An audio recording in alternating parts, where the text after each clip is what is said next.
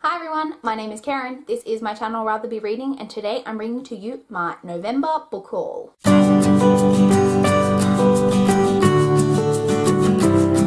So as always, we will jump in with the library books that I picked up in the month of November, which guys, I only have 5 books. 5 books to show you that I picked up from the library, which is basically unheard of. You will know that if you've been watching this channel that I get far too many books out from the library when you take into account how many physical books I own that I haven't read. But let's jump into those library books. The first one that I have is Thorn Abbey by Nancy Olin. Did I need to pick this book up? No, I didn't. There's no reason for me to have picked this up, but I had books to drop back to the library that I was returning, and I didn't have any holds waiting for me, and that's a dangerous time for me because that makes me really just want to browse the shelves, and I've been trying to restrict myself to not browsing in actual novel sections of the library, but willpower was weak on this day. This is a young adult retelling of Rebecca. I read Rebecca this year and I freaking loved it. A young adult retelling that I think, is it set in a boarding school? I feel like I remember that. Yeah, New England Premier Boarding School.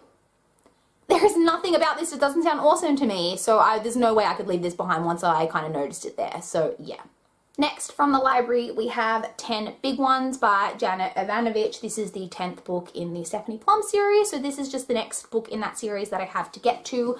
I also, on that same trip where I picked up that book, picked up Sweet Tooth Volume 1 by Jeff Lemire. This is probably the next graphic, well it will be the next graphic novel series that I pick up once I finish the Lock and Key graphic novels. I think this is about a world where some kind of plague or illness or something has happened and now people are like human-animal hybrids. That's all I really know about it. I don't know kind of where the plot goes, but I think that's the world that it's set in. I've heard some pretty decent things about it, so it sounds really interesting, so I do look forward to checking this one out. Then just yesterday I picked up The Poet by Michael Connelly. This is not in the Harry Bosch series, which is the current series by Michael Connelly that I am reading, but this kind of serial killer, I believe that this follows, has been mentioned and has cropped up in other series that I have read, and I haven't read this, and this is one of his, I think actually maybe his first published work.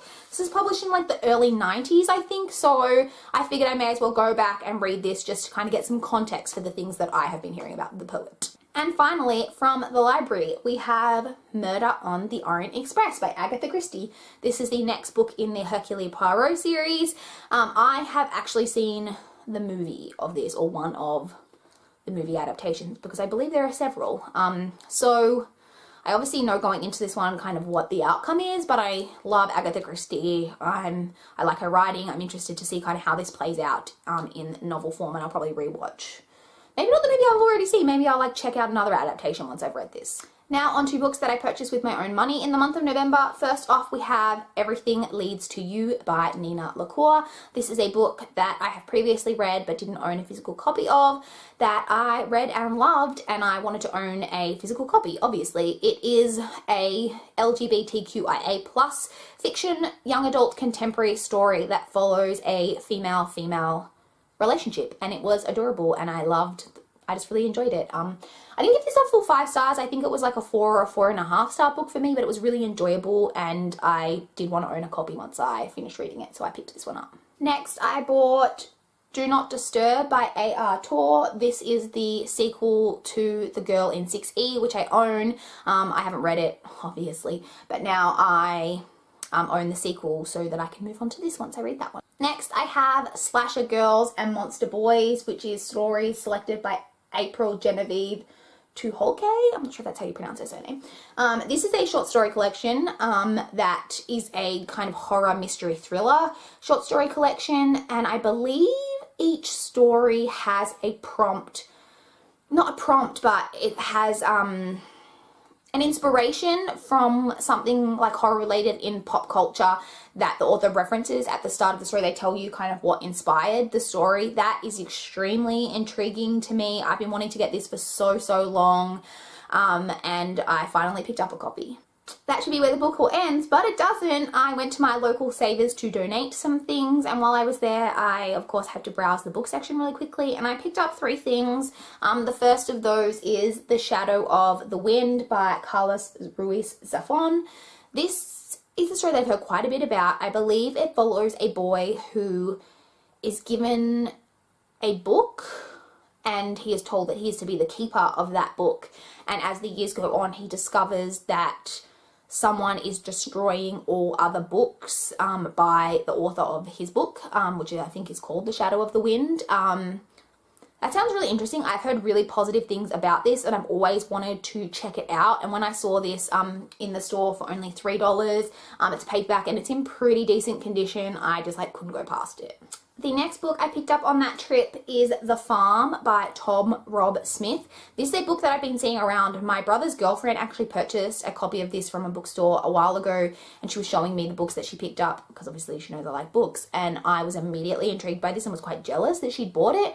And I saw another copy of this at the Savers, and I was like, oh my gosh, and I pulled it off the shelf, but it had like stickers and stuff on it that someone had tried to pull off, and there was all like crappy like residue, and it was just looking not its best. So I was like, oh, maybe not, and I put it back, and then I saw another copy of it further down on the shelf, and I was like, oh, it was a sign, I had to get it.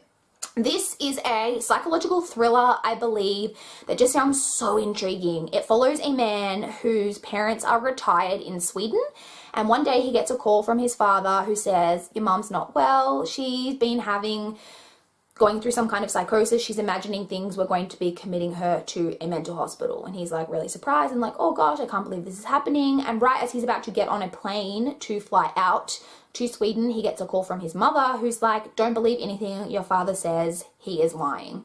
He is immediately kind of caught between his parents. The story I think kicks off from there. It sounds extremely great. I can't wait to read this. And the final book that I picked up is 13 Reasons Why by Jay Asher. This is a book, a very famous YA book that I personally have never read, that follows I believe a boy a girl from his school who I think he always had a crush on, I think, commits suicide, and one day he receives in the mail 13 tapes, which are from the girl who I want to say Hannah. Is that her name? Hannah? I have literally picked that up. I did not read the synopsis of this. I've picked up that name just purely from hearing about this on BookTube. Anyway, and he receives the tapes from Hannah, and she, I believe, says that this is the reason why she killed herself, and it's about him listening to the tapes, I believe, and that everyone on the tapes is a reason why she committed suicide, and he's one of the reasons. Something along those lines. I've heard a lot about this over the years. I've never personally read it, but I saw it at their secondhand for only $3, and I decided to give it a go. Those are all the books that I picked up in the month of November. It is actually only the 27th when I am filming this, and I have my next kind of monthly order from the Book Depository, which has shipped, so could possibly turn up by the end of the month. But I needed to film this today, so I filmed it today. So if those books turn up, I'll just include them in my December book haul. But yes, I would love to chat with you guys in the comments down below if you have any thoughts about any of these books, or any books that you picked up recently in November that you are super excited about. I'm really excited about that retelling of Rebecca. Like, I cannot wait to read that book. Now I'm really concerned that it's going to be shit and I'm going to be really disappointed, but fingers crossed. Anyway, I would love to chat with you guys in the comments down below. Please like this video if you liked it. Please subscribe if you want to see more from my channel. But that's all I've got for this video today. Bye, guys.